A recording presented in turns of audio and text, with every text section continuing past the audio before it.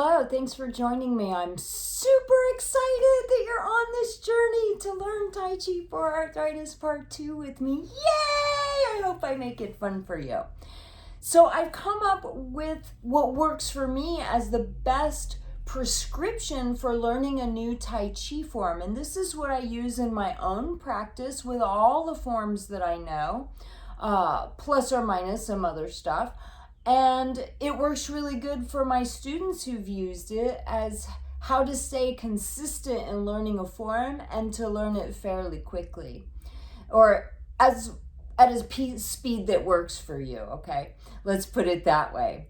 So this formula starts with the most important thing.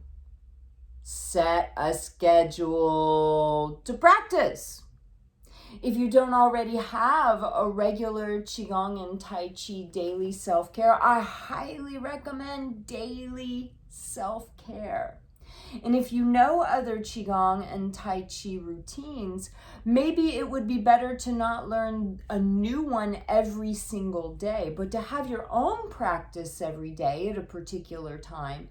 But maybe 2 or 3 days a week, or maybe 1 day a week, set aside an hour in your regular practice that is just to learn Tai Chi for Arthritis Part 2. If you don't set a regular schedule and make it part of your routine, it is much more challenging to learn, as you probably already know from learning Tai Chi for Arthritis Part 1.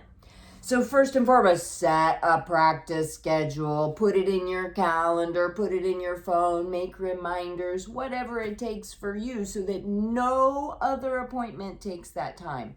That is for you and you alone, because you deserve it. The second I recommend is to begin with the constant bear video. It's good to do warm-ups before you start to do Tai Chi. I myself have jumped into just doing Tai Chi forms, and I don't get nearly as much out of it as when I center first.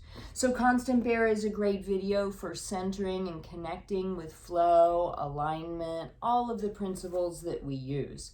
And then move in warm-up set that we use for the Tai Chi for Health program. Now, I created a slightly more advanced version of the warm-up set for the Tai Chi for Arthritis Part 2 videos, just to keep you progressing. But remember, you are always in charge.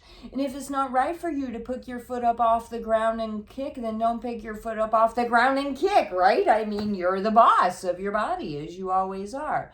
But I wanted to give you just a little bit more since this is Part 2, right? So after Constant Bear and then the warm-up set, please practice Tai Chi for Arthritis Part 1. And I would recommend Part 2 together. The video that I made of Part 1 and Part 2 together from the back. Even though you don't know the whole form yet, I talk you through it.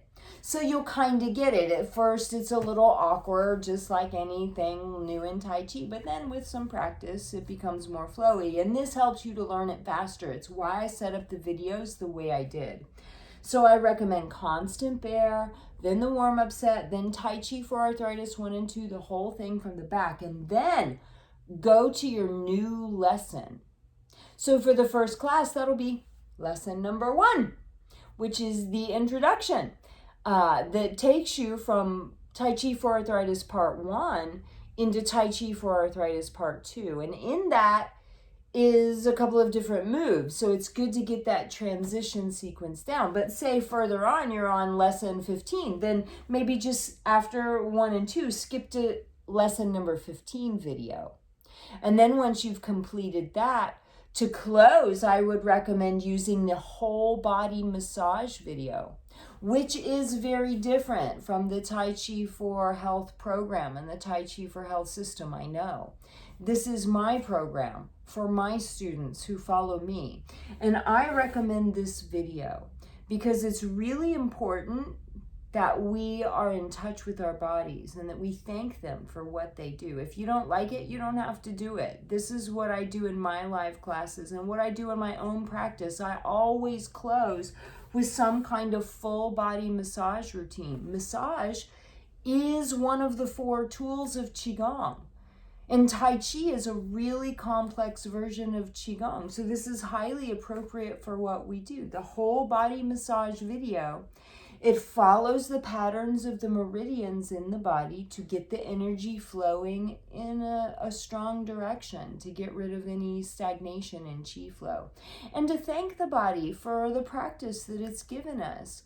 I find it a very useful tool. And by the way, just so you know, I am a licensed massage therapist and have been a licensed registered clinical massage therapist in 3 different states now for almost 20 years. So it is totally within my scope of practice to teach you how to massage yourself. Maybe that is not the case for other Tai Chi instructors who aren't as familiar with anatomy and physiology and in the body as I am. So I just want you to be aware that I am fully qualified to lead you in absolutely everything I'm leading you. I would never endanger you in any way. You are precious to me. You're part of my Chi family. I want you to be as healthy and feel as good as possible. So that's why I made it as simple as I could for you to establish a routine that will get you through all the way to the end of any Tai Chi form you're learning. This is how I do it, whether it's every single day. Typically, I don't learn a new form every day because I have a lot of other practices that I do that I don't want to forget, that I want to maintain. So if I'm learning a new form, typically it will only be 2 to 3 days a week that I follow this kind of pattern. And then the other days I'm doing my other practices. Thank you for embarking on this journey with me. I hope you enjoy it.